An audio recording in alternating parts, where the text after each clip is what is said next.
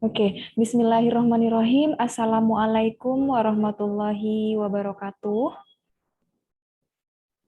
Waalaikumsalam warahmatullahi wabarakatuh. Alhamdulillahirrahmanirrahim. Syukur alhamdulillah pada kesempatan kali ini, hari Rabu, tanggal 10 November 2020, kita akan segera melaksanakan perkuliahan hukum lingkungan untuk kelas 2020C semester 3. Pada pertemuan kali ini, seperti pertemuan-pertemuan sebelumnya, kita akan menyelesaikan presentasi makalah berdasarkan hasil observasi lapang yang telah teman-teman lakukan, berdasarkan kelompok masing-masing yang sudah saya tentukan juga, dan ini merupakan penilaian UTS. Jadi untuk mata kuliah hukum lingkungan yang saya ampu sekarang, ini tidak ada UTS secara tulis, jadi nilai UTS saya ambil berdasarkan presentasi makalah yang dilakukan oleh masing-masing individu. Jadi nilai tetap per individu, bukan nilai kelompok. Jadi tidak ada yang namanya nanti titip nama di kelompok, itu nggak ada. Jadi saya berdasarkan teman-teman yang nanti akan presentasi, yang menjawab pertanyaan, menanggapi para penanya, dan yang bertanya juga nanti juga akan mendapatkan nilai akumulatif untuk UTS ya. Langsung saja, di sini ada 2 kelompok yang masih belum selesai untuk presentasi. Ada kelompok 1 dan juga kelompok 4. Saya berikan kesempatan pada kelompok 1 terlebih dahulu untuk melakukan presentasi.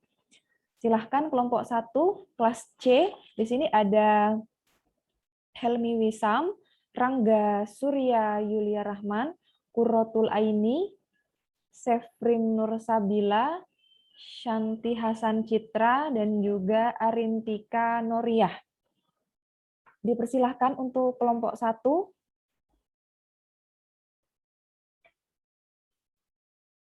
Halo.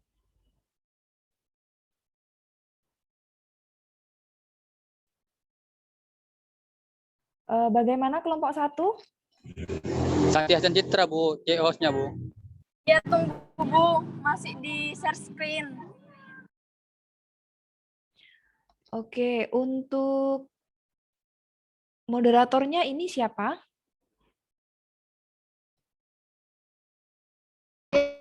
Santi, Ibu. Oke, Shanti.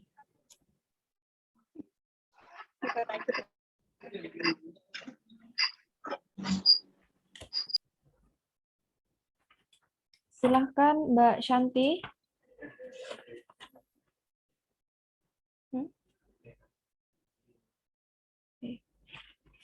Halo Mbak Shanti. Belum bisa, Ibu. Dibuka dulu file PPT-nya, baru bisa share screen, Mbak. Ya.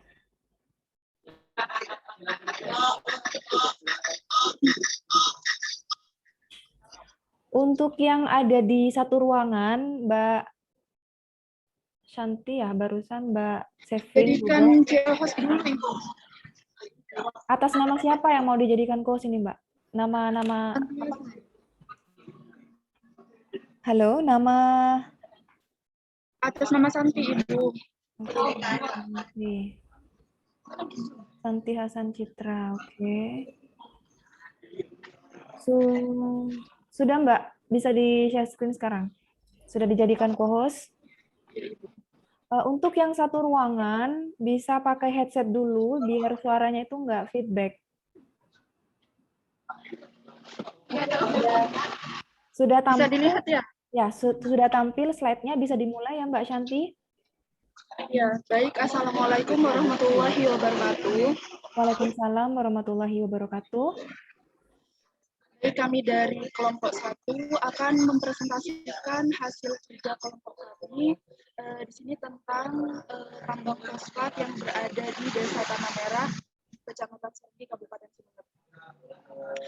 Yang pertama, kami mengangkat 4 rumusan masalah dalam makalah kami, yaitu pertama pengertian fosfat, yang kedua pengertian pencemaran lingkungan, yang ketiga dampak positif dan negatif tambang fosfat terhadap lingkungan, yang keempat rekomendasi upaya pengelolaan lingkungan selanjutnya atau alternatif solusi. Baik, untuk yang pertama, pengertian fosfat akan langsung dijabarkan oleh kelompok kami yang bernama Sevrin Nurfadila. Kepadanya dipersilahkan. Baik, di sini saya akan menjelaskan tentang pengertian fosfat. Fosfat merupakan salah satu unsur makroesensial bagi kehidupan tumbuhan dan biodata tanah. Suburan tanah, ketersediaan unsur hara esensial seperti fosfat. Keberadaan akan mikroba yang berperan dalam proses pelarutan fosfat di dalam pertanian. Fosfat sebenarnya terdapat dalam jumlah yang melimpah dalam tanah. Namun, sekitar 95-99% terdapat dalam bentuk fosfat tidak terlarut sehingga tidak dapat digunakan oleh tanaman. Ketersediaan fosfat bagi tanaman dapat ditanggulangi dengan agen hayati berupa mikroorganisme yang mampu melarutkan fosfat di tanah secara alami. Dalam hal ini, suplai sebagai unsur hara yang dibutuhkan tanaman dapat dilakukan oleh mikroba pelarut fosfat. Sebagian besar mikrobia tanah berpotensi sebagai biofertilizer, terutama mikroba yang hidup pada daerah perakaran. Mikroba pelarut fosfat sering ditemukan berasosiasi di dalam tanah rizosfer. Baik, hanya itu dari saya. Selanjutnya akan dilanjutkan oleh teman saya yang bernama Rangga. Baik, saya akan menjelaskan tentang pengertian pencemaran lingkungan.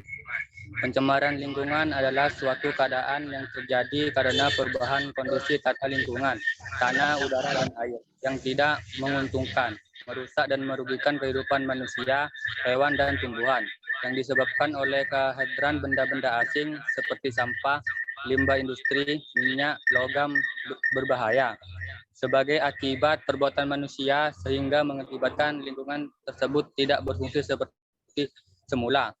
Pada beberapa dekade belakangan ini, banyak hal yang mengancam akan kelestarian alam. Salah satunya adalah tambang fosfat. Baik, selanjutnya akan dijelaskan oleh teman saya.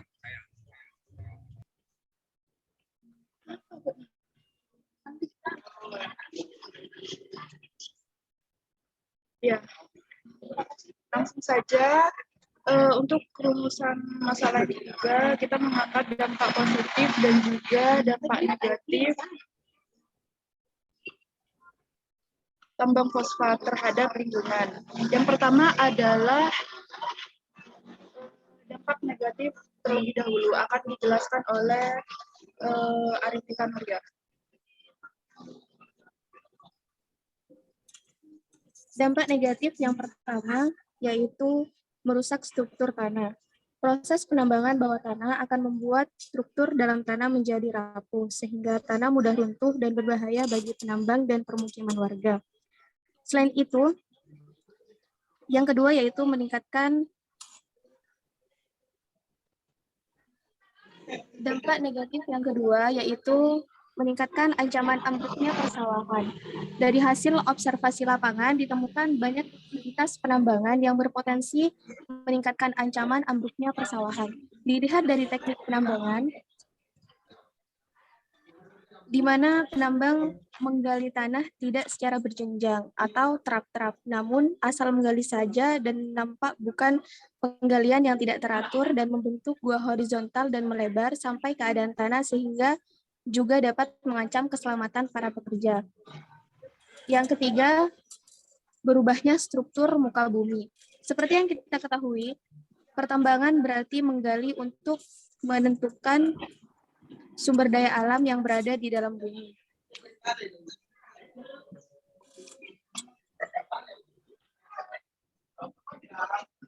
Dan kegiatan tersebut sudah pasti akan mengubah bentuk dari bentang alam bumi, terutama bagi kegiatan pertambangan yang menggunakan teknik open pit atau pertambangan terbuka, seperti contoh hilangnya sungai akibat timbunan material atau terjadi pendangkalan yang ekstrim dan juga bukit yang berubah menjadi jalan atau dataran rendah.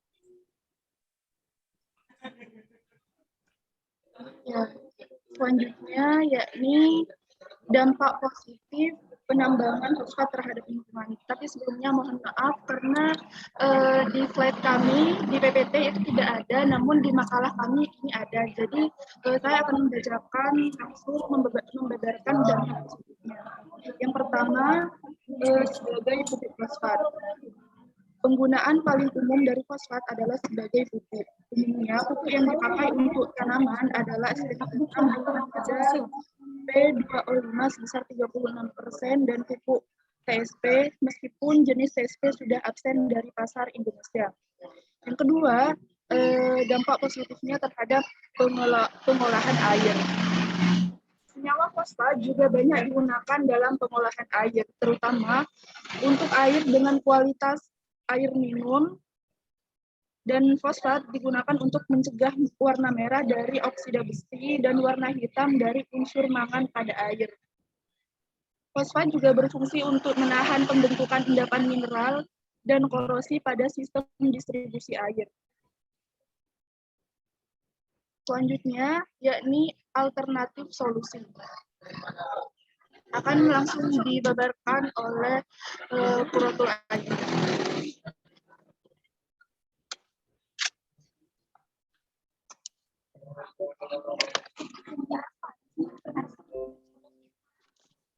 Alternatif solusi 1. Pembenahan regulasi dengan mencabut kebaikan-kebaikan di bidang pertambangan yang secara hierarki bertentangan dengan polemik proyeksi Bapeda yang memiliki rencana untuk penambahan kawasan peruntukan tambang fosfat yang semula. 2. Berhati-hati dalam membuat kebijakan di bidang pertambangan. Keterpurukan investasi pada masa pemerintahan Habibie membuat Indonesia memberi sejumlah kemudahan-kemudahan dalam rangka menarik investor baru di bidang pertambangan, sehingga menyebabkan kurangnya kontrol pemerintah atas sumber daya alam Indonesia yang berakibat keluarnya kebijakan yang menguntungkan pihak investor, seperti penyederhanaan proses pengesahan kontrak dan lain-lain. Dalam hal ini, pemerintah seharusnya lebih selektif dalam memberikan perjanjian atau kuasa untuk melakukan kegiatan pertambangan. 3. Perlu adanya kajian upaya pengelolaan dan pemantauan lingkungan atau kajian analisis mengenai dampak lingkungan dalam penyusun kebijakan yang berkaitan dengan kegiatan pertambangan. Sebelum dilaksanakannya kegiatan penambangan sudah dapat diperkirakan dahulu dampaknya terhadap lingkungan. Kajian ini harus dilaksanakan, diawasi, dan dipantau dengan baik dan terus-menerus implementasi, bukan sekedar formalitas kebutuhan jasmani. 4. Penyuluhan kepada masyarakat tentang hanya HG dan B3 lainnya.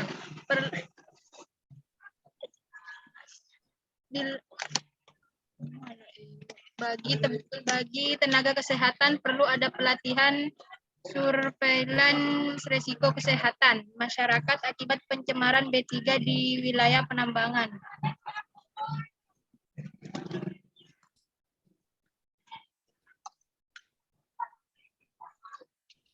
Ya, mungkin hanya itu presentasi dari kami kelompok 1, dan kepada teman-teman jika ingin bertanya disilahkan, kami memberikan opsi satu kelompok dengan satu pertanyaan. Oke, terima kasih Mbak Shanti Hasan Citra sudah memandu kelompok 1 untuk presentasi. Dan ini saya ingin konfirmasi dulu, ini untuk Helmi Wisam memang tidak presentasi atau bagaimana? Helmi Wisam. Oh, untuk Helmi Wisam itu Bu, kita cari orangnya tapi nggak ketemu Bu. Kita udah mencoba menghubungi nomor yang sudah ada tapi nggak bisa. Oke, berarti ini saya anggap tidak mengikuti UTS ya, karena Ya. di sini juga tidak ada namanya Helmi Wisam ya di tugasnya ya. Oke, silahkan rekan-rekan mahasiswa yang ingin bertanya terkait tambang fosfat di Tanah Merah, Kecamatan Saronggi yang sudah dibahas oleh kelompok 1. Silahkan yang ingin bertanya atau ingin mengklarifikasi tentang tambang fosfat di Kecamatan Saronggi ini. Ini sebelumnya saya tanya Mbak Santi ya, ini yang ada yang asli daerah Saronggi atau bagaimana? Saya dari Bluto, Ibu. Oh, Mbak Shanti sendiri ya? Mbak Ya. Shanti Hasan Citra sendiri memang dari Bluto. Oke, betul, betul. Silahkan kelompok yang lain yang ingin bertanya.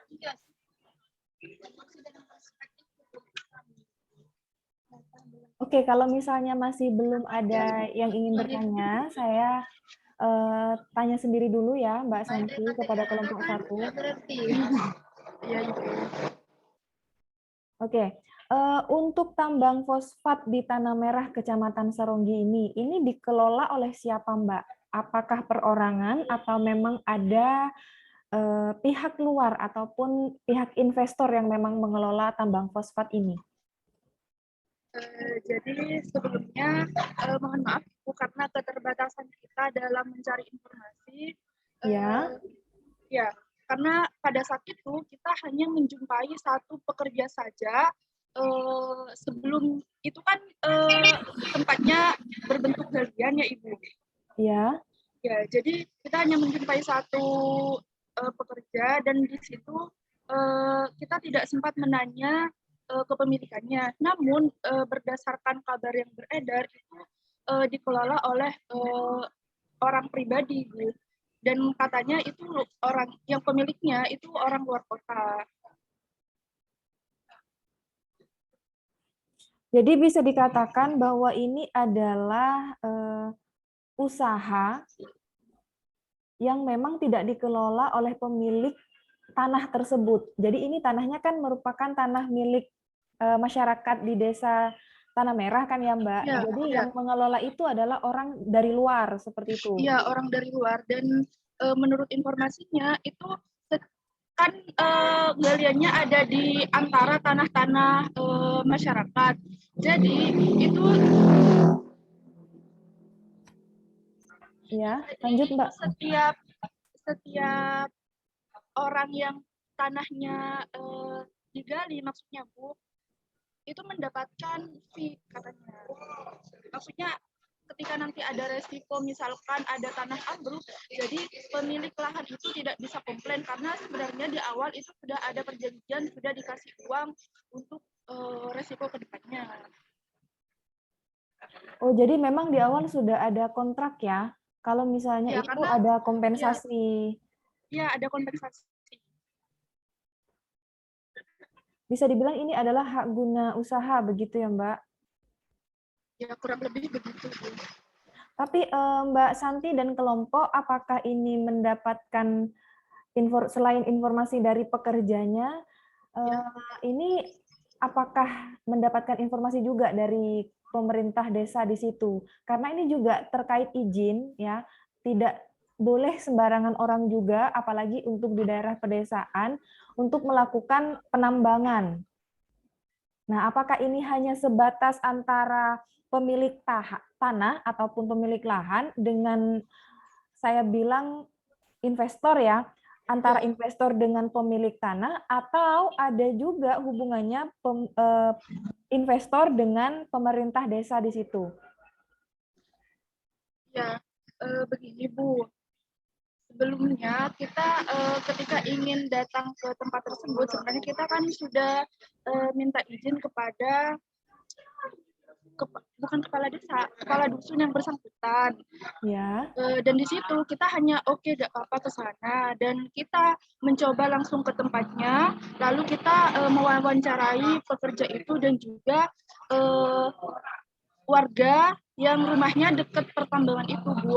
Namun ketika kita ke warga tersebut itu tidak bisa memberikan komentar apa-apa. Oke, berarti Dan saya rasa sepertinya itu hanya antara itu, Bu, pemilik tambang dan juga pemilik lahan. Oh, jadi pemerintah desa di situ justru tidak tahu ya kalau misalnya ada penambangan di situ. Bukan tidak tahu, namun tidak tahu tentang bagaimana di dalamnya prosedur penggaliannya itu, Bu, melibatkan siapa saja begitu. Karena pekerjanya juga bukan dari desa tersebut, Oke, berarti dari luar ya Mbak, pekerja tambang iya. itu. Ya, ya. Jadi di sini pertanggungjawaban korporasinya itu bagaimana? Pertanggungjawaban korporasinya terhadap masyarakat di sekitar itu bagaimana, Mbak? Kalau misalnya itu sudah ada perjanjiannya.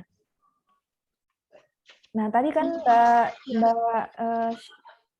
Mbak Santi kan bilang seperti ini, bahwa ini perjanjian antara kedua belah pihak saja, tidak ada pihak ketiga, yaitu pemerintah desa. Nah, di sini perjanjian antara kedua belah pihak ini, apakah ada nanti apabila terjadi sesuatu, misalnya tadi adanya longsor dan juga wabah penyakit, karena ini juga fosfat baunya juga tidak ini ya, juga akan merusak kesehatan ataupun mengganggu kesehatan. Nah, ketika terjadi hal-hal yang demikian, bagaimana pertanggungjawaban dari pihak korporasi itu? Apakah hanya sebatas kompensasi itu atau selesai di situ atau bagaimana? Itu bentuk pertanggungjawaban terhadap pemilik lahan atau warga sekitar? Warga sekitar, Mbak. Ini kan kita berbicara sudah masalah lingkungan ya, otomatis ini sudah orang banyak, tidak hanya berbicara antara kedua belah pihak saja. Jadi untuk dampak terhadap lingkungannya itu kan yang merasakan semua orang kan di situ, di sekitar. Nah, itu bagaimana nanti bentuk pertanggungjawaban korporasi, CSR-nya gitulah. Untuk pertanggungjawabannya ya mungkin saya kurang tahu, Bu, karena itu kan juga pemilik tambang itu juga mempunyai persepsi atau pertanggungjawaban sendiri menurut dirinya sendiri. Jadi saya juga belum menanyakan itu, Bu. Oke, berarti ini CSR-nya masih belum jelas ya, Mbak ya? Oke. Dan untuk selanjutnya terkait masalah ini lagi, Mbak. Ini kan juga tidak terlepas dari state responsibility. Saya juga pernah menjelaskan sebelumnya ada pertanggungjawaban negara ataupun pertanggungjawaban pemerintah. Nah, di sini pihak yang sangat berperan ataupun sangat dekat dengan masalah ini adalah pemerintah desa. Nah, bagaimana nanti pemerintah desa untuk mengatasi hal seperti ini apabila ini tidak melibatkan pemerintah desa terkait izinnya terutama ya. Terkait izinnya, oke lah kalau misalnya untuk melakukan penambangan di tanah tersebut, di tanah milik masyarakat desa Tanah Merah, mereka memberikan izin, tapi untuk masyarakat, untuk pemerintah desanya, apakah menyinggung terkait hal ini? Nanti ini juga ada hubungannya dengan state responsibility-nya. Ya, seperti yang saya bilang tadi, bukan saya juga sempat izin ke kepala dusunnya, tapi melalui ada kakak tingkat saya. Dan rasanya pihak sana juga sudah tahu bahwa di tempat itu ada penambangan fosfat, Bu.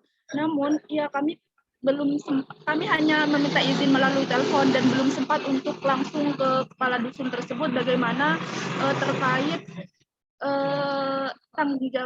pertanggungjawabannya tuh, Bu.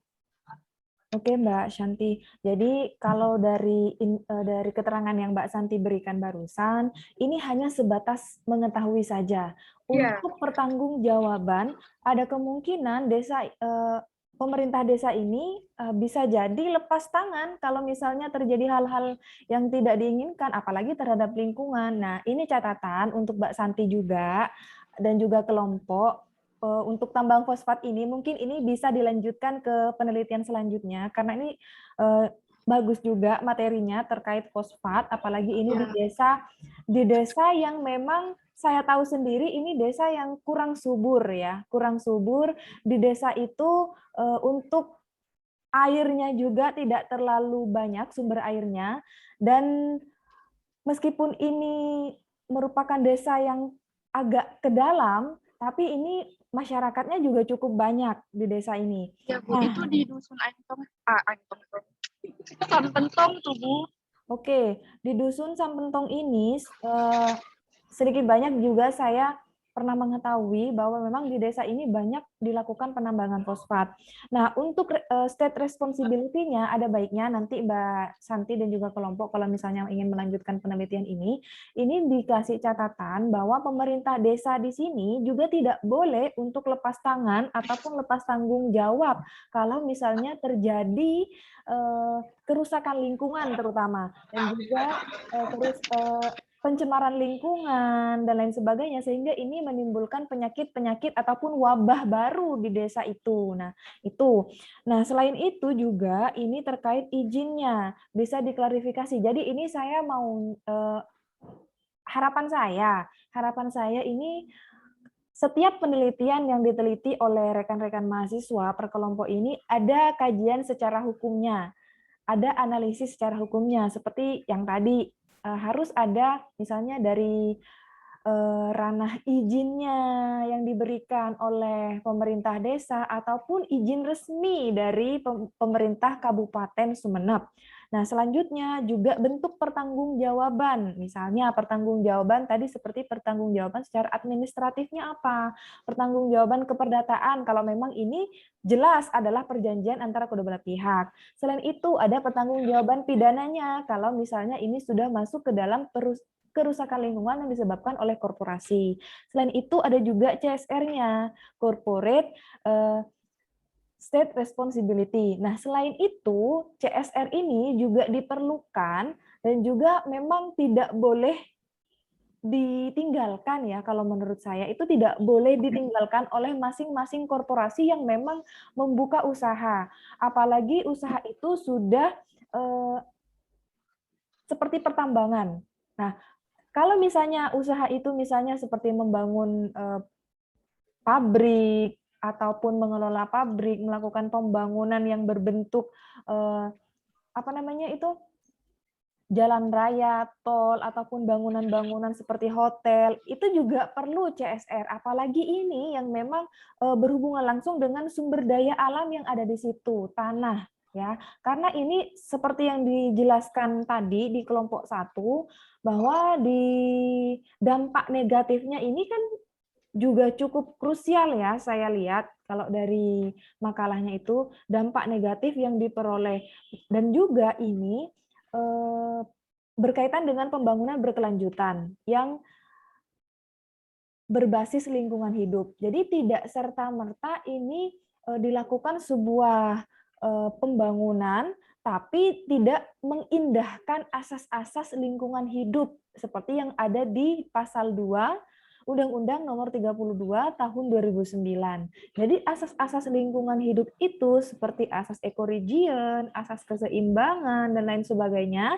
Tentunya teman-teman di sini juga sudah tahu dari sekian banyak asas itu juga tidak boleh ditinggalkan. Nah, ini saran bagi kelompok 1 terhadap pengelolaan fosfat ini gitu. Kalau kita melihat pada dampak dari dilakukannya penambangan.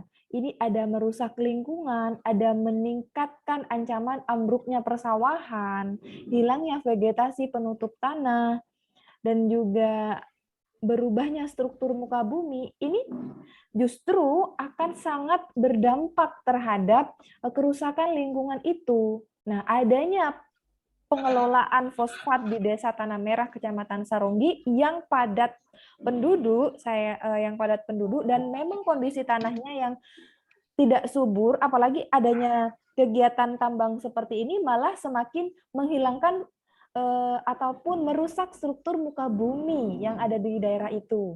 Nah, mungkin Mbak Shanti Hasan Citra juga sudah mengklarifikasi kepada penduduk kira-kira apa sih Mbak yang dialami selama adanya tambang fosfat ini? Misalnya di situ semakin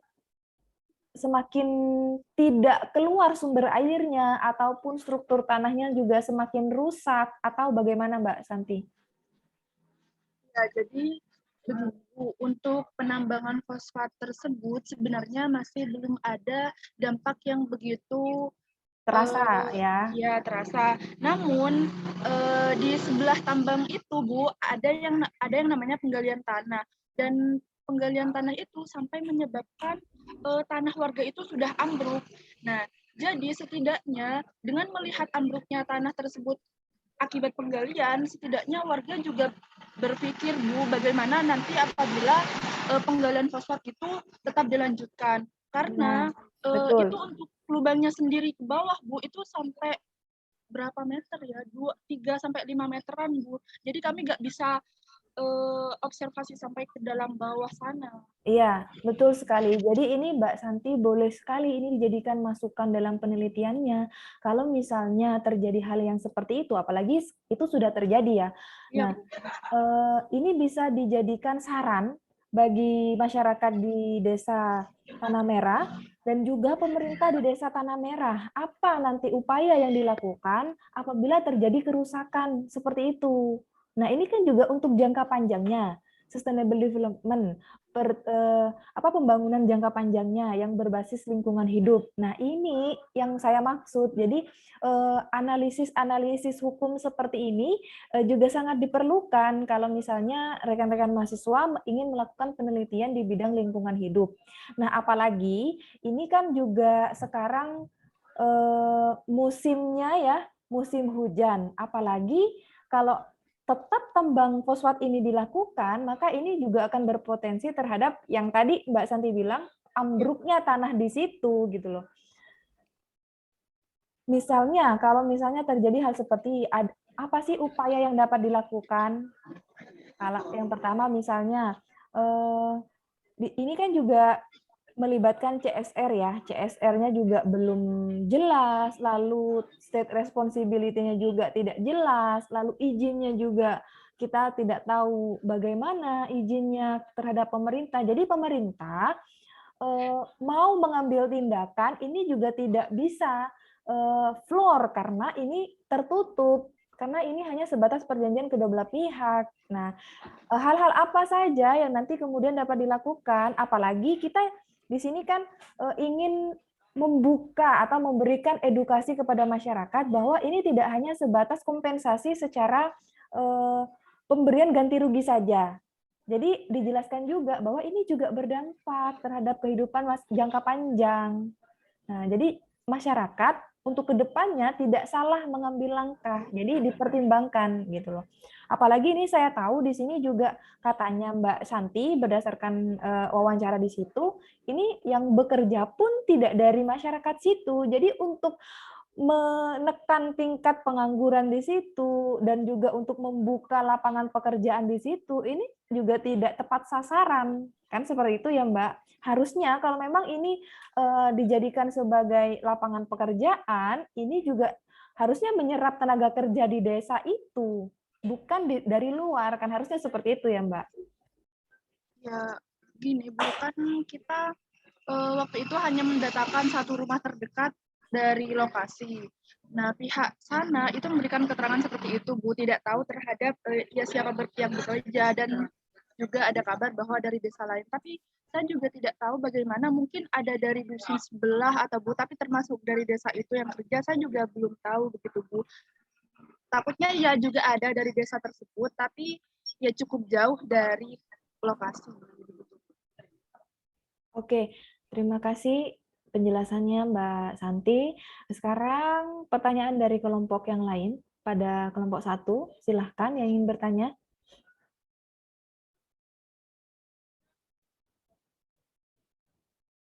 Silakan Mbak Santi dibuka sesi pertanyaannya. Halo Mbak Santi. Halo, Mbak Santi bisa dipandu untuk teman-teman yang ingin bertanya.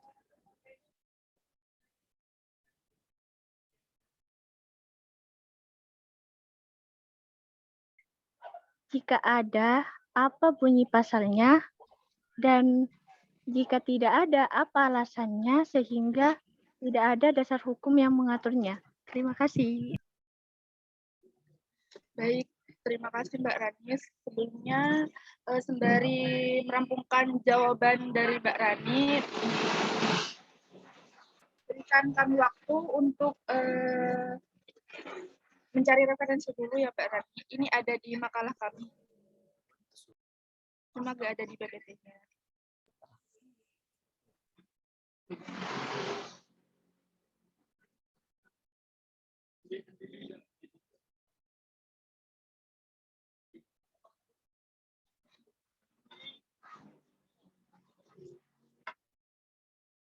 Oke, sembari menunggu jawaban dari kelompok 1, mungkin ada kelompok yang lain juga ingin bertanya, silahkan. Bu, saya ingin bertanya. Ya, silahkan Mas. Atas nama siapa? Boy. Bayu Anggara dari Oke. kelompok 4. Ya, silahkan Mas Bayu. Keberadaan tambang fosfat di Kabupaten Sumeneb itu kan diharapkan mampu untuk menambah APBD daerah setempat dan bisa mengangkat perekonomian masyarakat di Kabupaten Sumeneb. Dari kajian yang ada, saat ini ada sekitar 18 kecamatan yang berpotensi untuk menjadi pertambangan fosfat. Kami menyambut baik keberadaan tambang fosfat di Kabupaten Sumeneb ini. Tutur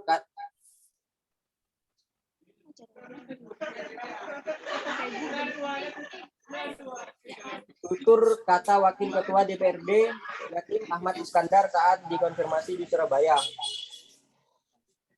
Pertanyaannya yaitu, apakah keberadaan tambang fosfat yang sudah mampu menambah APBD di daerah sekitar dan sudah meningkatkan perekonomian di Sumeneb, atau juga pembangunan berkelanjutan? Kita tahu sendiri bahwa Sumeneb di tahun 2020 kabupaten termiskin nomor 2 se-Jawa Timur.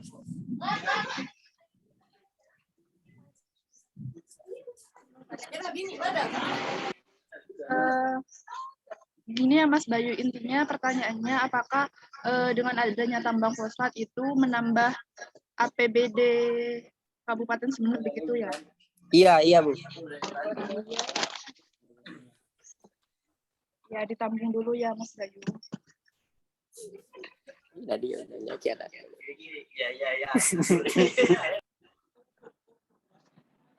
Oke, Mbak Santi dan juga kelompok 1 bisa langsung ditanggapi pertanyaan dari para penanya, dari Mbak Dwi Rani dan juga Mas Bayu.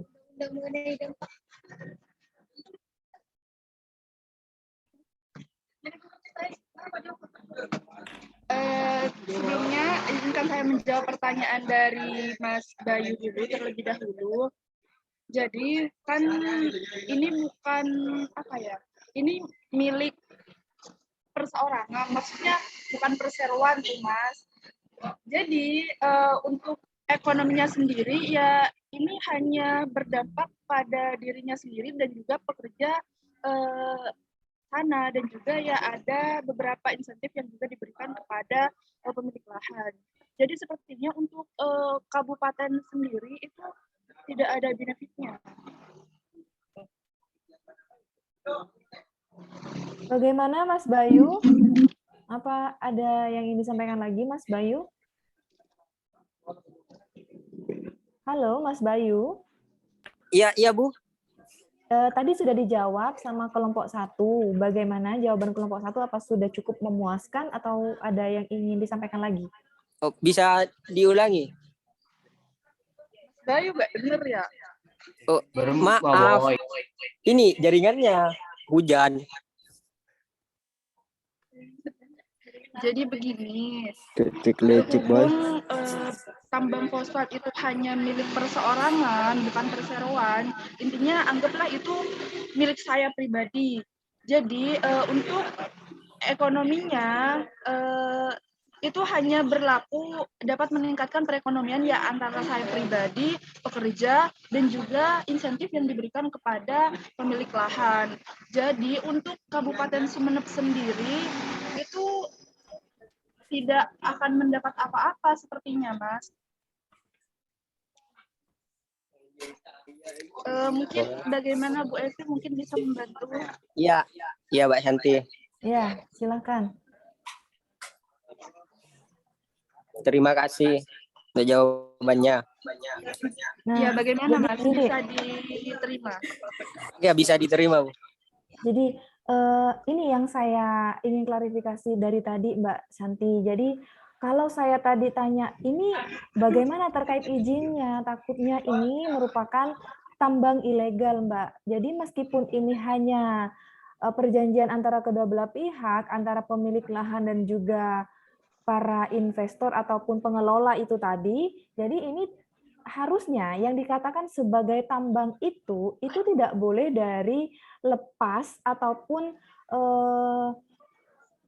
dari tidak boleh lepas dari pantauan pemerintah, yaitu pemerintah kabupaten. Karena ini juga berkaitan dengan yang itu tadi yang Mas Bayu sampaikan dengan APBD, anggaran pendapatan daerah. Jadi kalau misalnya pertambangan ini hanya dikelola oleh pribadi, ini justru masuk pada tambang ilegal. Karena aktivitas pertambangan tanpa izin atau ilegal ini semakin banyak terjadi karena kenaikan harga pasar komoditas, misalnya komoditas mineral dan batu bara yang terjadi di tiap tahun terakhir ini sangat tinggi. Nah, kalau misalnya ini dilakukan oleh pribadi dengan pribadi, seperti yang tadi Mbak Santi bilang, hanya antara pengelola dengan pemilik lahan, justru ini akan menguntungkan pengelola. Karena apa? Karena ini tidak dikelola ataupun tidak dikaitkan dengan APBD itu tadi. Nah, kalau misalnya ini masih dipotong dengan anggaran-anggaran yang lain, maka ini juga akan semakin menurunkan tingkat pendapatan pada pengelola itu. Karena jadi tidak boleh yang namanya pertambangan itu hanya dilakukan antar perjanjian kedua belah pihak, karena ini termasuk ke dalam tambang ilegal.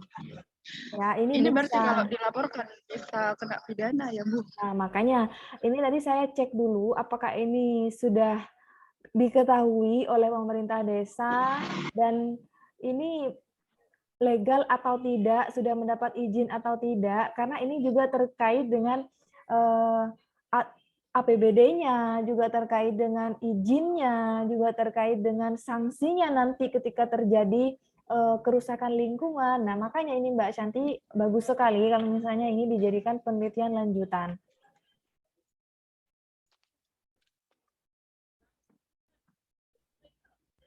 Seperti itu ya, Mbak Santi. Mungkin Ya, Bu, ya. pertanyaan dari Mbak Dwi Rani bisa langsung dijawab. Ya, selanjutnya pertanyaan dari Mbak Dwi Rani akan dijawab oleh teman kelompok saya, Stefi Nur Sabila.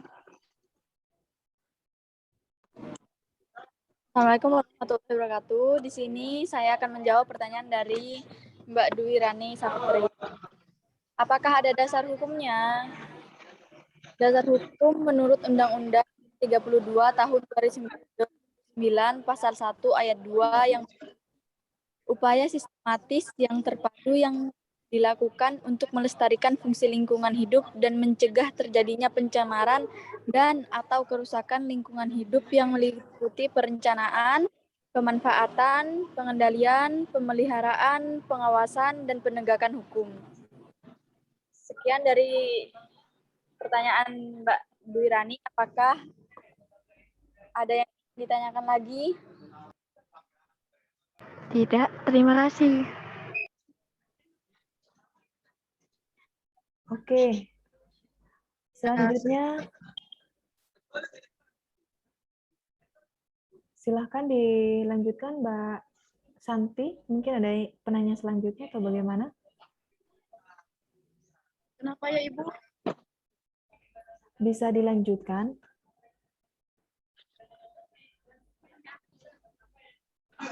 Oh iya, untuk kelompok lain mungkin ada yang ingin ditanyakan lagi. Sepertinya masih 2 kelompok yang bertanya. Nah, gini Mbak Santi lagi ya, untuk melengkapi pertanyaan dari Mas Bayu juga tadi terkait tambang fosfat yang memang harus dilakukan berdasarkan izin dari pemerintah, baik itu pemerintah di tingkat kabupaten dan juga pemerintah desa. Di sini terhadap usaha pertambangan yang dilakukan sekalipun itu di atas tanah hak milik ya. Jadi saya kayaknya di minggu-minggu kemarin juga pernah mengatakan bahwa meskipun ini dilakukan antara pemilik lahan, jadi pemilik lahan ini kan mempunyai hak milik atas tanah tersebut. Tidak boleh serta-merta itu melakukan pertambangan, apalagi ini masalah pertambangan. Ini juga ada kaitannya dengan Undang-Undang Minerba nomor 4 tahun 2009.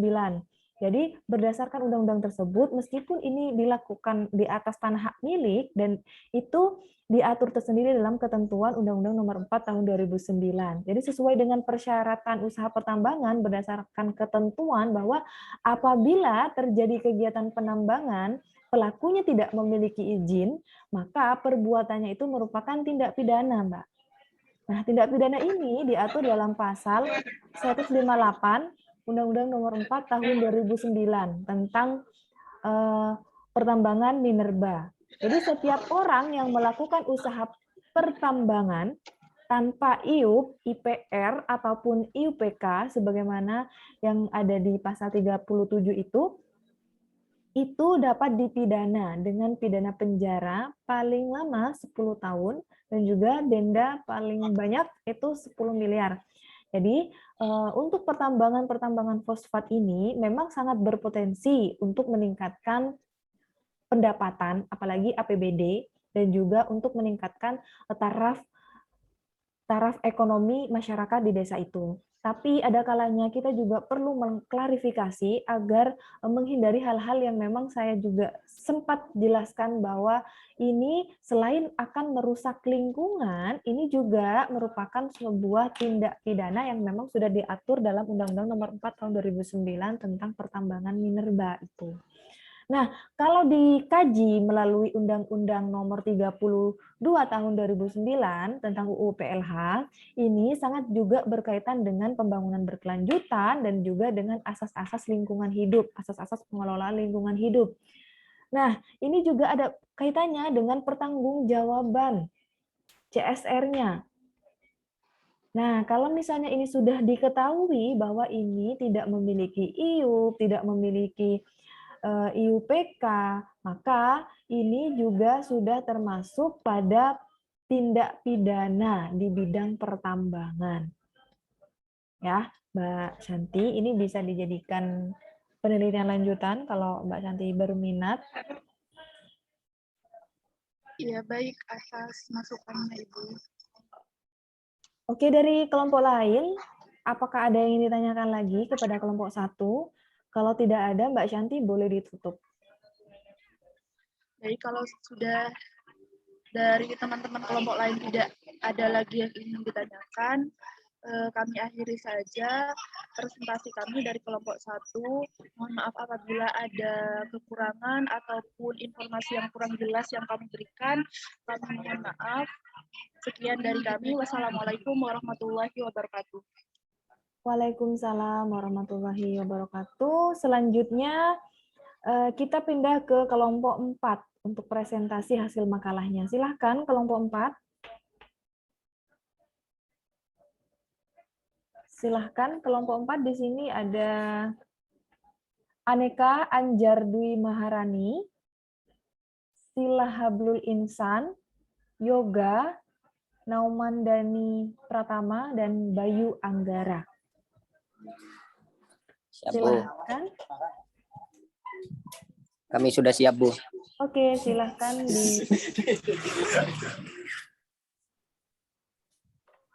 silahkan di share screen, Mas, materinya.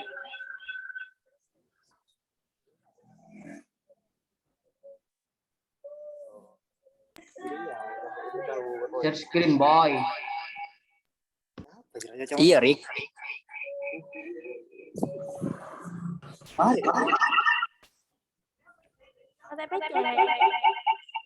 Ibu, nahan. Wah. Mungkin sudah bisa tampil.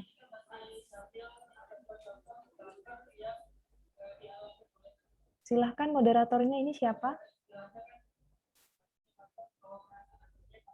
Saya, Ibu. Oke, silahkan Mbak Aneka Anjar. Baik. Assalamualaikum warahmatullahi wabarakatuh. Waalaikumsalam warahmatullahi wabarakatuh. Kami dari kelompok 4 presentasikan hasil kerja kelompok kami yang berjudul dampak pabrik tahu khusus di kebunan bagi lingkungan dan masyarakat. Mbak Aneka bisa pakai headset dulu yang biar nggak feedback.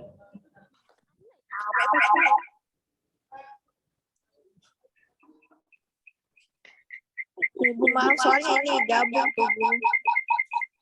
Iya, satu dimatikan saja dulu Mbak. Audionya saja yang dimatikan, bukan Zoom-nya. Oh iya Bu, iya Bu.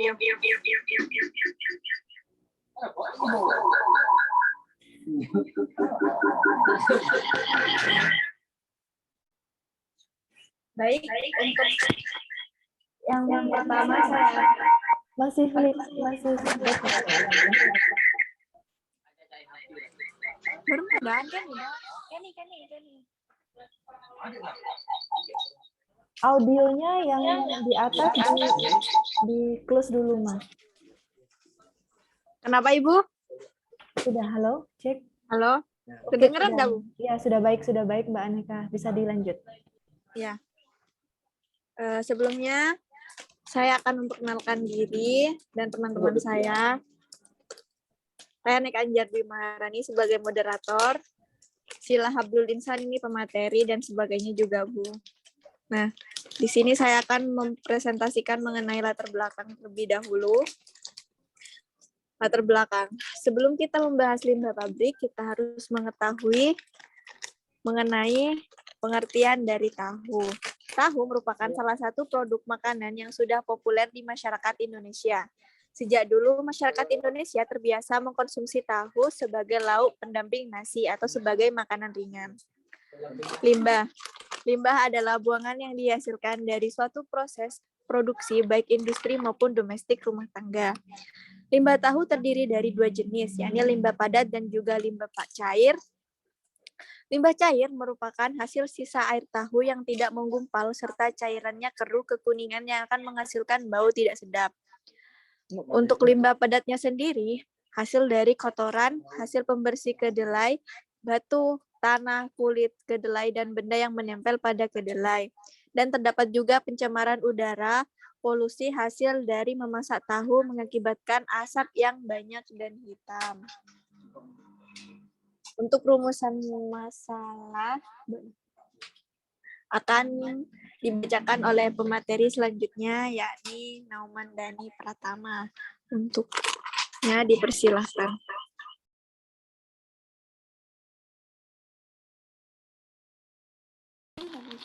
Rumusan masalah. 1. Bagaimana dampak positif adanya pabrik di lingkungan sekitar? 2. Apakah dampak negatif setelah adanya pabrik tahu bagi masyarakat lingkungan? 3. Bagaimana kebijakan pemerintah dalam menghadapi limbah pabrik tahu yang menyebar di lingkungan sekitar? Kita langsung masuk ke pembahasan. Dampak positif. Dampak positif adanya pabrik tahu tentu berpengaruh pada masyarakat sekitar, yakni terpenuhinya kebutuhan masyarakat oleh hasil industri dalam negeri. Masyarakat bisa lebih mudah mendapatkan tahu dengan harga yang lebih murah dari harga tahu di pasaran. Terciptanya lapangan kerja bagi masyarakat sekitar karena pabrik akan membutuhkan pekerja yang banyak, maka pabrik butuh bekerja yang banyak. Ini merupakan peluang bagus bagi masyarakat yang ingin bekerja. Adanya pabrik tahu juga bisa meningkatkan perekonomian masyarakat setempat karena masyarakat bisa bekerja dan mendapatkan penghasilan yang nantinya akan membantu perekonomian setempat. Selanjutnya akan dilanjutkan oleh Saudara Yoga.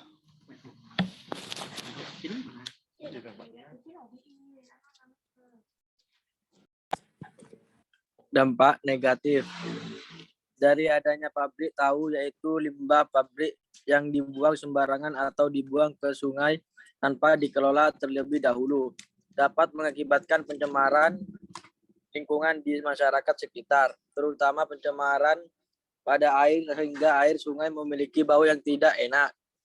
Limbah cair yang masuk ke ada dalam perairan umum secara langsung tanpa diolah dapat mencemari perairan dan ini dapat berpengaruh terhadap siklus kehidupan manusia. Limbah cair tersebut biasanya memiliki efek termal yang nantinya dapat juga mengurangi kadar oksigen terlarut. Hal ini dapat berpengaruh terhadap kehidupan biota yang ada di perairan tersebut. Limbah padat adalah buangan hasil industri yang tidak terpakai lagi dan berbentuk padatan yang berasal dari suatu proses pengolahan atau berupa sampah yang dihasilkan dari kegiatan industri. Limbah padat hasil pabrik tahu yaitu dari kotoran hasil pembersih kedelai, batu, tanah, kulit kedelai, dan benda yang menempel pada kedelai. Dan terdapat juga pencemaran udara atau polusi hasil dari memasak tahu mengakibatkan asap yang banyak dan hitam.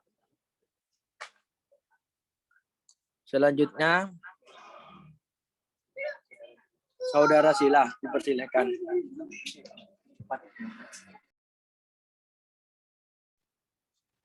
Tiga, kebijakan pemerintah. Pemerintah tidak bisa menganggap remeh hal ini karena jika dibiarkan, lama-kelamaan akan membuat lingkungan rusak dan tidak membuat resah masyarakat sekitar. Maka dari itu, pemerintah harus lebih selektif dalam memberikan izin usaha bagi pabrik guna untuk meminimalisir pencemaran lingkungan yang nantinya akan membuat rusak lingkungan hidup, seperti yang dijelaskan pada Undang-Undang Nomor 32 Tahun 2009 tentang perlindungan dan pengelolaan lingkungan hidup, bahwa setiap usaha dan kegiatan yang berdampak penting terhadap lingkungan hidup wajib memiliki AMDAL. Dokumen AMDAL tersebut membuat mengenai pengkajian dampak rencana usaha dan kegiatan yang meliputi di dekat pabrik tersebut. Pemerintah harus bergerak cepat dalam menghadapi limbah yang sudah mulai banyak pencemari lingkungan di sungai dengan pabrik tahu agar masyarakat hidup dengan nyaman dan menghirup udara dengan segar. Dan masyarakat bisa memulai aktivitas sehari-harinya lagi dengan menggunakan air sungai tersebut buat menyiram tanaman, padi, mencuci, dan lain-lain. Tidak hanya buat manusia, bahkan buat ekosistem kembali, baik untuk makhluk hidup lainnya seperti ikan dan menjaga kualitas air sungai.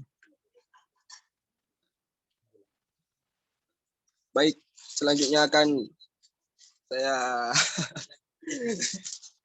alihkan ke Bayu Anggara.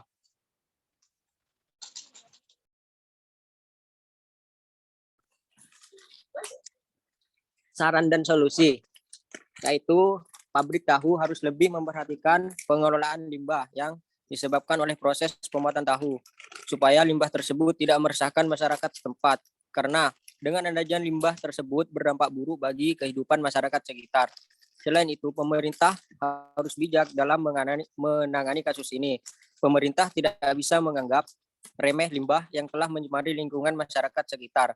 Pemerintah harus membuat wadah atau saluran untuk tempat pembuangan atau bisa menampung limbah tersebut.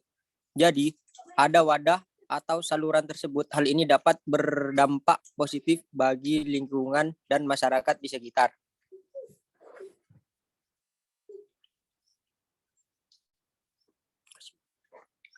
Kesimpulannya, yaitu pabrik tahu merupakan industri kecil, rumah tangga yang jarang memiliki instalasi pengolahan limbah dengan pertimbangan biaya yang sangat besar dalam pembangunan instalasi pengolahan limbah dan operasionalnya.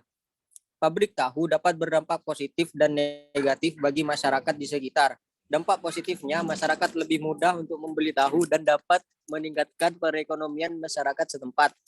Dampak negatifnya yaitu pembuangan limbah pabrik yang dapat mencemari lingkungan sekitarnya dan dapat meresahkan kehidupan masyarakat sekitar pabrik tersebut.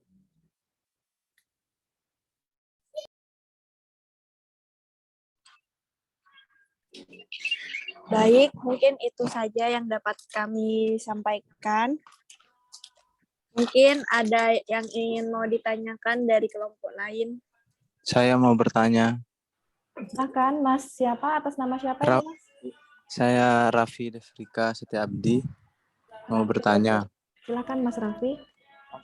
Bagaimana respon warga setempat dengan adanya pabrik tahu dengan kondisi limbah yang dapat mencemari lingkungan tersebut? Apakah pemerintah sudah bergerak dengan adanya dampak negatif dari pabrik tahu ini? Baik. Ini mau langsung dijawab apa ditampung dulu ya, Ibu? Boleh, Mbak. Kalau Mbak Aneka sudah bisa menjawab, silahkan langsung dijawab saja.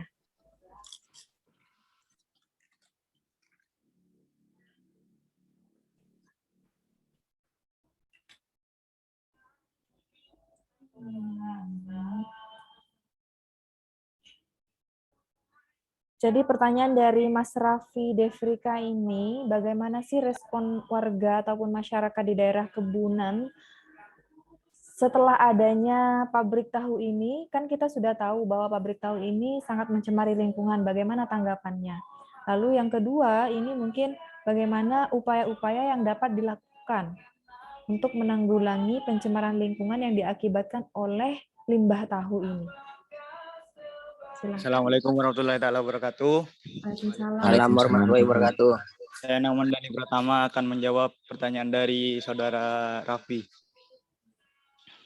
Untuk pemerintah itu sudah mulai bergerak dalam menangani pencemaran lingkungan yang limbah yang dibuang ke sungai dengan membuat saluran-saluran khusus untuk limbah tersebut atau wadah khusus untuk pembuangan limbah tersebut. Jadi melalui itu limbah tersebut tidak mencemari lingkungan lagi dan tidak mengganggu masyarakat.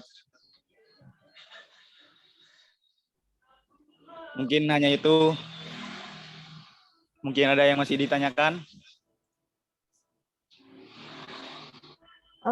Mas Nauman Dhani, saya ingin klarifikasi dulu. Ini sudah berapa lama, Mas, berdirinya pabrik tahu ini? Sudah berapa tahun?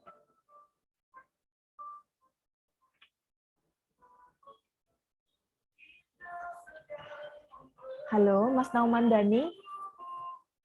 Bisa dengar suara saya ya, Mas? Kurang lebih itu sudah lama, Bu, 10 tahunan. Oke, berarti sudah lama ya. Ini merupakan usaha milik pribadi, begitu? Iya, itu dulu sempat mencemari lingkungan juga tuh, limbah-limbahnya. Tapi iya, usaha pribadi itu, Bu. Dulu itu sempat mencemari lingkungan kata masyarakat di sana, tapi lambat laun itu dikasih wadah limbah itu, disaluran oleh pemerintah. Oh, awalnya mencemari lingkungan karena tidak ada penanganan dari pemerintah. Ya, dari Setelah pemerintah. adanya kerusakan lingkungan di situ ataupun pencemaran lingkungan, pemerintah melakukan upaya yaitu untuk memberikan wadah menampung limbah tahu itu. Sekarang limbah tahunya ditampung di mana, Mas? Itu kayak ada Bu, galian di bawah tanah itu kayak di bawahnya ada palaron besar. Terus nanti itu limbahnya ditampung di sana tuh, Bu. Ada galian tanah tuh, Bu, buat limbahnya. Jadi tidak dibuang ke sungai ataupun tidak dibuang ke persawahan ya, Mbak Anjar? Enggak, Bu. Kalau dulu, kalau kelompok saya itu wawancara sama masyarakat setempat, dulu pernah sampai dibuang ke sungai. Akhirnya masyarakat setempat itu kayak demo tuh, Bu, ke pabriknya. Dari itu mungkin udah dibuat pembuangan limbah sendiri dan dibantu juga sama pemerintah kayak itu, Bu. Oke, jadi ini sudah ada penanganan dari pemerintah ya? Ya, seperti itu, Bu, kurang lebihnya, Bu. Permisi, Ibu. Saya ingin nanya Ibu ya. Ya, Mas siapa ini? Ya, saya Almando Satya Saputra Surya Ramadan. Ya. Saya ingin bertanya gini, Ibu. Setelah ditampung oleh pemerintah kan, Ibu? Ini udah ditampung dengan pemerintah. Nah, limbahnya ini setelah ditampung mau dijadikan apa? Mau di-recycle lagi atau mau gimanain gitu dah Ibu? Pertanyaan cuma itu Ibu. Iya, jadi Iya. Mbak Anjar, ini kan tetap ada limbahnya kan? Nah, Iya, limbah Ibu, iya. ini dibuang ke wadah. Nah, ini limbah ini apakah hilang dengan sendiri atau memang bagaimana Mbak nanti kemudian ini? Iya, kalau untuk limbah cairnya itu hilang sendiri diserap oleh tanah, Bu. Kalau limbah padatnya itu bisa dijadikan makan ternak, Bu, kayak sapi kayak gitu, Bu. Oh ya, ya paham. Jadi tetap ke tanah ya, dampaknya tetap ke lingkungan. Iya. Jadi Iya, Bu. ini. Oke, berarti ini Mas Almando. Jadi ini limbah cairnya itu bukan komposnya, bukan limbah kasarnya ya. Jadi limbah cairnya ini tetap menyerap ke tanah, tapi ini tidak dibuangnya itu tidak langsung ke pertanahan langsung atau daerah pertanian, tapi ini dibuang melalui saluran air begitu ya Mbak? Iya Ibu, benar. Oke, tapi ini sebenarnya tetap ada dampaknya sih Mbak, karena dari limbah tahu itu sendiri kan memang ada unsur-unsur apa saja Mbak yang ini menyebabkan bahwa ini dapat berbahaya terhadap lingkungan, apalagi itu tanah. Ada unsur Bu. Kayak cairannya itu, Bu. Cairan tahunya itu bisa berdampak kurang tanahnya itu kayak kurang subur kayak gitu, Bu. Iya, Mbak. Itu ada unsur apa saja misalnya senyawa apa sih yang ada di limbah tahu ini sehingga limbah tahu ini sangat berbahaya gitu. Oh, kalau berbahaya ya tidak begitu, Bu, tapi baunya tuh, Bu, aromanya tuh seperti itu. Oh, tapi jelas tetap berbahaya kan ya, Mbak? Iya. Jadi terus untuk melakukan evaluasi kegiatan ini bagaimana, Mbak? Dari masyarakat setempat ataupun pemerintah desa di situ, apakah dilakukan evaluasi berkala atau cukup sampai hanya membuat wadah itu? Iya, kalau untuk saya wawancarai masyarakat, asal tidak bau aja katanya masyarakatnya, Bu, seperti itu. Tapi masyarakat tidak mikir masalah kesuburan tanahnya kayak gitu, Bu. Itu yang dijadikan catatan ya untuk kelompok. Iya, Bu. 4. Jadi untuk pembangunan berkelanjutan ini yang berbasis lingkungan hidup ini juga dijadikan sebagai edukasi bagi masyarakat setempat bahwa ini tidak hanya sekedar untuk saat ini, tapi untuk yang akan datang. Oke lah, sekarang masih ditampung oleh wadah yang dibuat oleh pemerintah itu. Tapi untuk kedepannya, beberapa tahun kedepannya, apakah di desa itu nanti akan tetap subur tanahnya, apakah tetap produktif tanahnya untuk dilakukan, misalnya dilakukan cocok tanam di situ, pertanian, lahan pertanian, apakah itu tidak akan berdampak terhadap misalnya sumber air di situ dan lain sebagainya. Nah ini kalau misalnya ini adalah usaha milik pribadi, perorangan, tentunya ini juga perlu izin ya Mbak Anjar. Ini apakah kalau dilihat tadi ini kan sudah ada tindak lanjut dari pemerintah, pastinya kalau saya menyimpulkan dari sini, ini sudah mendapatkan izin beroperasi. Makanya pemerintah ini melakukan peninjauan, ya, melakukan peninjauan secara berkala. Nah, selain itu, pemerintah juga memberikan edukasi terhadap masyarakat di sekitar apabila hal ini terjadi kerusakan lingkungan dan lain sebagainya, dan juga edukasi kepada pemilik ataupun pengelola pabrik tahu ini. Jadi tetap tidak meninggalkan apa yang diamanatkan oleh Undang-Undang Nomor 32 Tahun 2009 bahwa asas-asas di dalam pengelolaan lingkungan hidup itu, misalnya asas keseimbangan, asas keserasian, dan lain sebagainya itu juga tidak boleh ditinggalkan. Misalnya seperti asas pencemar membayar. Apakah ketika terjadi pencemaran lingkungan ataupun munculnya wabah baru akibat adanya pengelolaan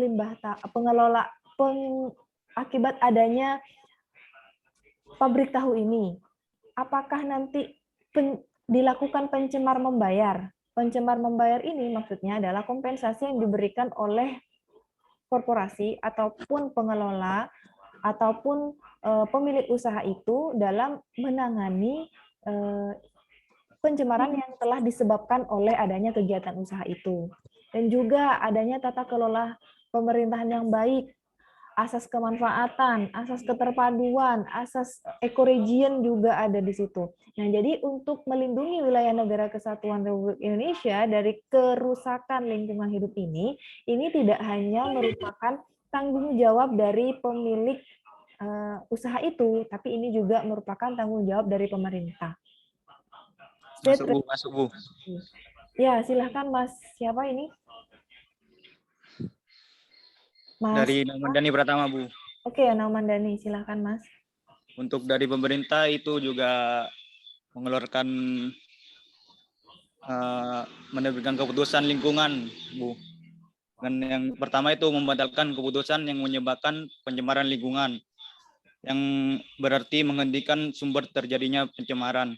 Yang kedua itu membayar ganti kerugian kepada korban pencemaran lingkungan, baik orang atau hewan-hewannya, yang hewan ternaknya yang dikena penyakit itu. Yang ketiga, sebagai pemberi izin jadi harus bertanggung jawab juga untuk mengembalikan lingkungan yang telah tercemar menjadi lingkungan yang sehat kembali. Begitu, Bu. Nah, ya betul itu. Untuk mengembalikan ke kondisi semula. Ini juga merupakan tanggung jawab dari pengelola usaha di situ. Nah, makanya di sini teman-teman itu tidak hanya mencari sebuah permasalahan lingkungan, tapi juga diupayakan untuk memberikan solusi terhadap permasalahan itu. Nah, solusi terhadap permasalahan itu adalah solusi-solusi hukumnya. Solusi hukum yang bagaimana? Nah, contohnya itu tadi, ketika terjadi pencemaran, misalnya dilakukanlah pencemar membayar ataupun pemberian kompensasi. Selanjutnya, apalagi yang dapat dilakukan? Misalnya dilakukan upaya-upaya CSR-nya, corporate responsibility-nya. Nah, selain itu juga ada inventarisasi lingkungan hidup, baik di lingkungan di pedesaan itu dan juga sebagainya. Nah, selain itu juga ada yang perlu dilakukan, misalnya di sini dalam ruang lingkup pengelolaan lingkungan hidup itu mulai dari perencanaan, pemanfaatan, pengendalian, pemeliharaan, pengawasan sampai ke penegakan hukum. Nah, ini merupakan solusi-solusi yang dapat diberikan oleh kelompok 4 terhadap pengelola usaha maupun kepada masyarakat dan juga pemerintah. Pemerintah desa juga boleh dan juga pemerintah kabupaten. Nah, perencanaan di sini maksudnya adalah perencanaan yang dilakukan oleh pengelola usaha. Apakah di sini pengelola usaha sebelumnya sudah melakukan perencanaan? Nah, perencanaan di sini biasanya dilakukan melalui RPPLH. RPPLH ini dilakukan sebelum usaha ataupun kegiatan itu dibuka ataupun dioperasikan. Nah, selain itu pemanfaatan. Nah, pemanfaatan maksudnya di sini adalah pemanfaatan terhadap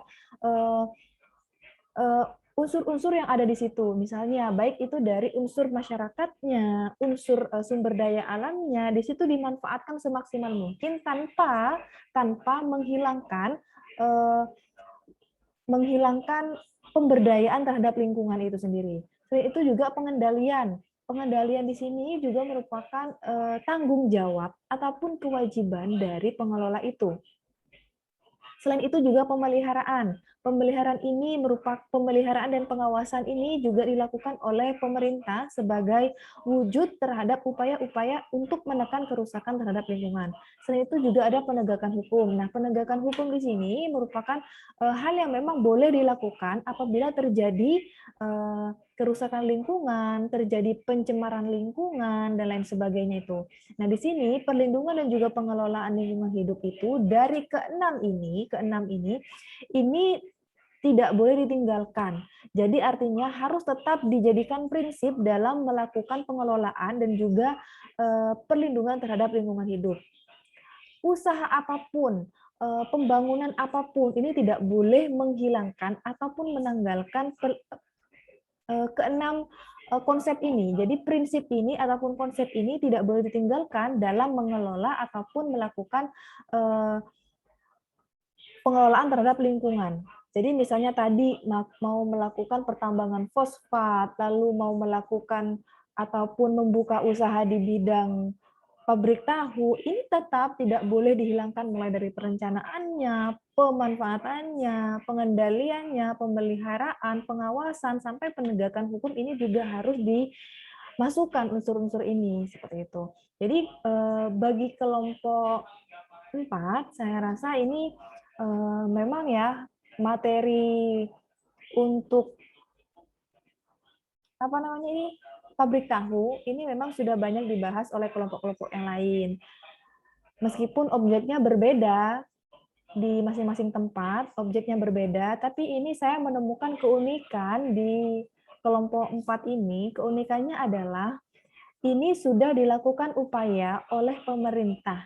Apa upaya yang dilakukan? Yaitu upaya yang sebelumnya sempat terjadi permasalahan. Permasalahan itu ditimbulkan karena adanya limbah tahu yang dibuang ke sungai, yang dibuang ke lahan terbuka. Nah, upaya yang dilakukan oleh pemerintah adalah apa? Dengan membuat saluran air limbahnya. Nah, ini yang saya temukan dari kelompok 4, dari kelompok-kelompok sebelumnya yang sudah pernah membahas masalah pabrik tahu.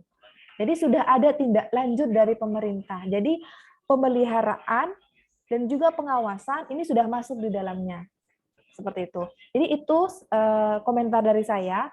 Mungkin dari kelompok yang lain ada yang ingin ditanyakan lagi kepada kelompok 4. Ya, mungkin dari kelompok lain ada yang ingin ditanyakan.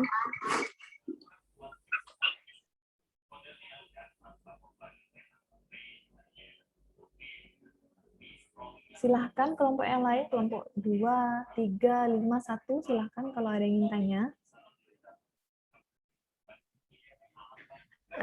Saya, Bu. Mbak Dwi Rani lagi ya? Ya, silahkan Mbak Dwi Rani.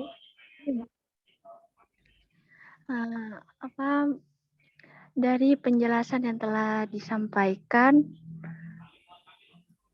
ada salah satu dampak limbah cair pabrik tahu tersebut, yaitu menimbulkan bau busuk. Nah, apakah ada solusi dari kelompok 4 bagaimana limbah pabrik tahu tersebut tidak bau lagi begitu? Terima kasih.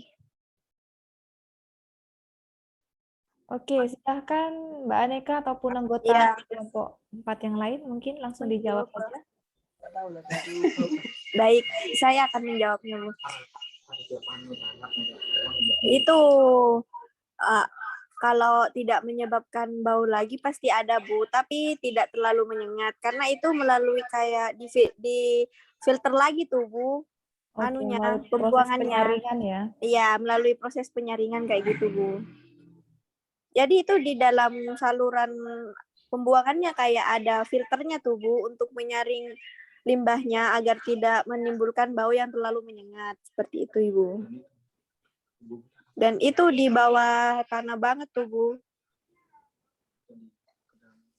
Oke, jadi begini ya maksudnya Mbak Aneka itu, maksudnya Mbak Dwi Rani itu, apa bisa limbah tahu ini tidak sebau seperti pabrik-pabrik tahu pada umumnya?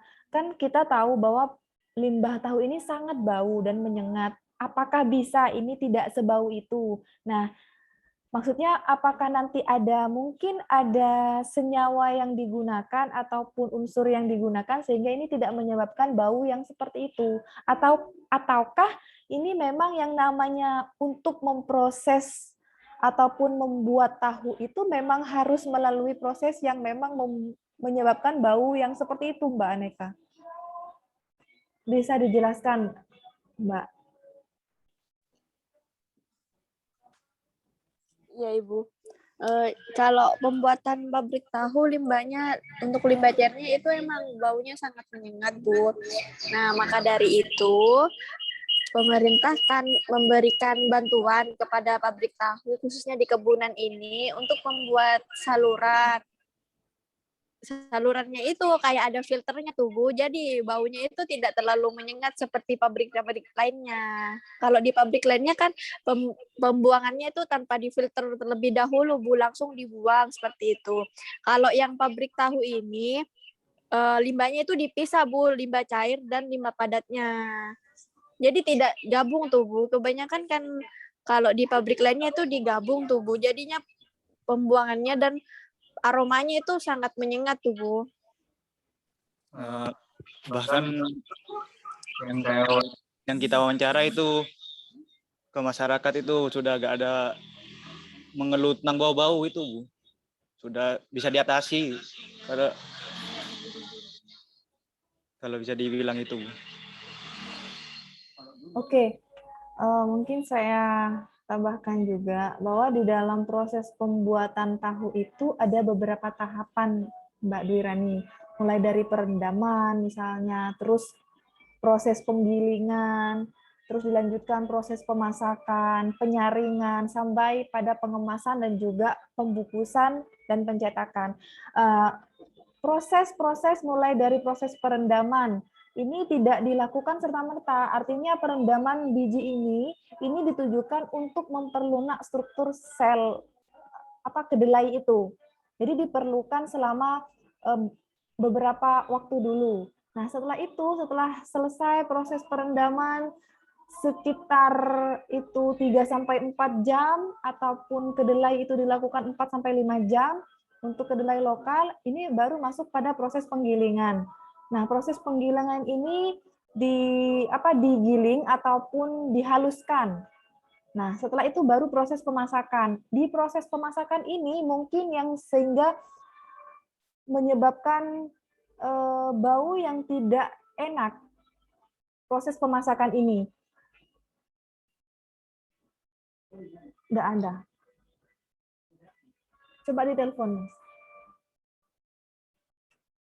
Nah, proses pemasakan ini disaring untuk mendapatkan sari kedelainya. Penyaringan itu dilakukan dengan meletakkan bubur kedelai atas kain dan juga sebagainya. Dan ini proses pengasaman ini kan masuk pada proses pemasakan. Di proses pemasakan ini kan ada proses pengasaman. Artinya kalau kita sudah mengasamkan, ini sudah menimbulkan bau yang memang itu sudah dari proses itu gitu loh. Tidak bisa dihilangkan begitu saja karena ini sudah proses pembuatan tahunya.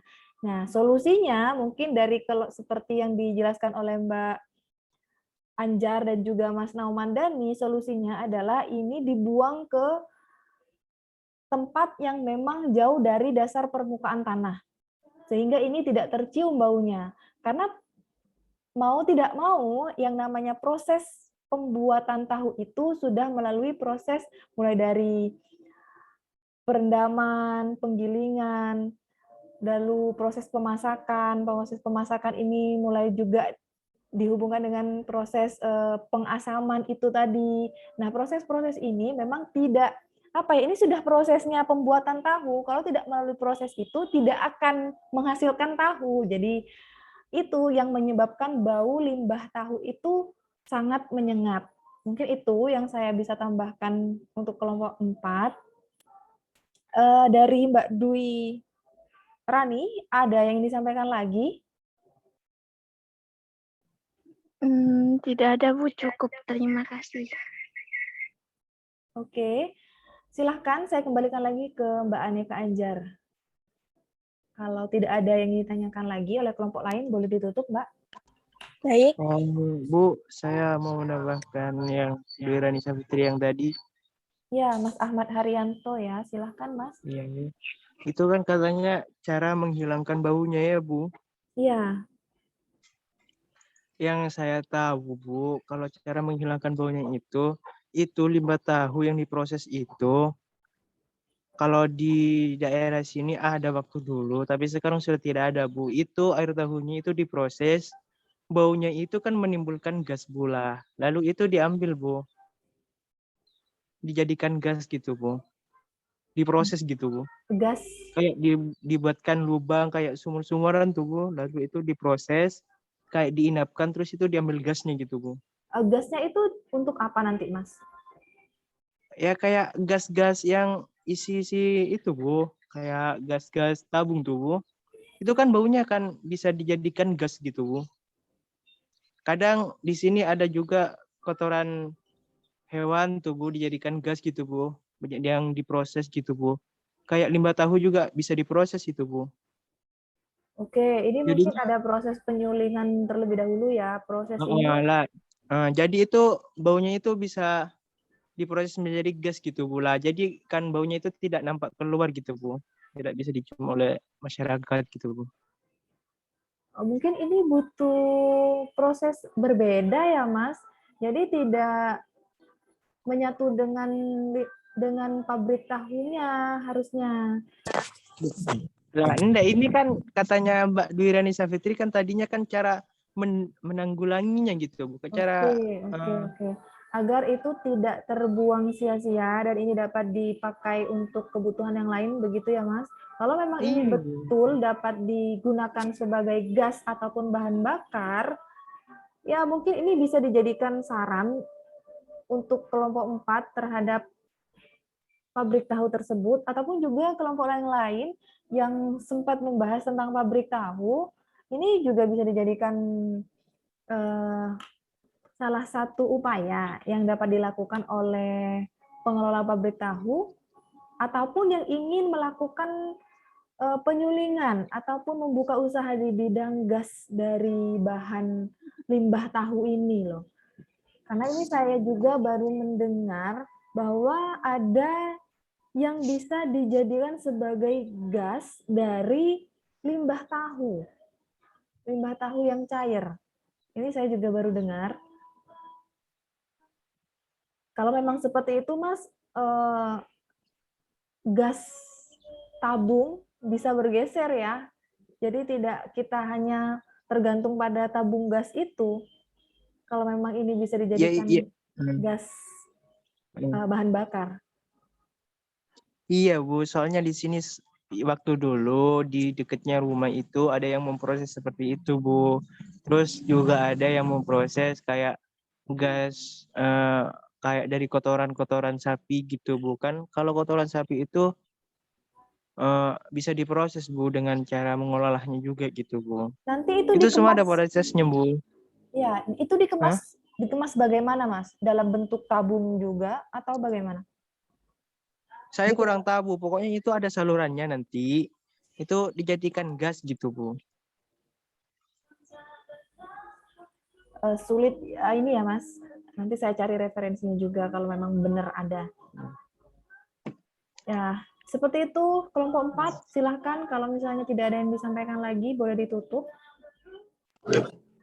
Baik, terima kasih untuk tambahan materinya dari Masnya. Sekian dari kelompok kami. Kurang lebihnya mohon maaf. Wassalamualaikum warahmatullahi wabarakatuh. Waalaikumsalam warahmatullahi wabarakatuh. Terima kasih untuk kelompok 4 atas presentasinya. Ini saya rasa sudah selesai semua untuk presentasi. Dan ini saya rekap untuk dimasukkan ke nilai UTS. Terima kasih atas waktunya rekan-rekan mahasiswa kelas 2020C. Dan untuk absensi tidak usah mengisi di Google Form, sudah saya rekap juga berdasarkan yang hadir di Zoom hari ini. Dan saya akhiri perkuliahan hukum lingkungan. Terima kasih. Saya akhiri. Assalamualaikum warahmatullahi wabarakatuh. Waalaikumsalam warahmatullahi wabarakatuh. Terima kasih.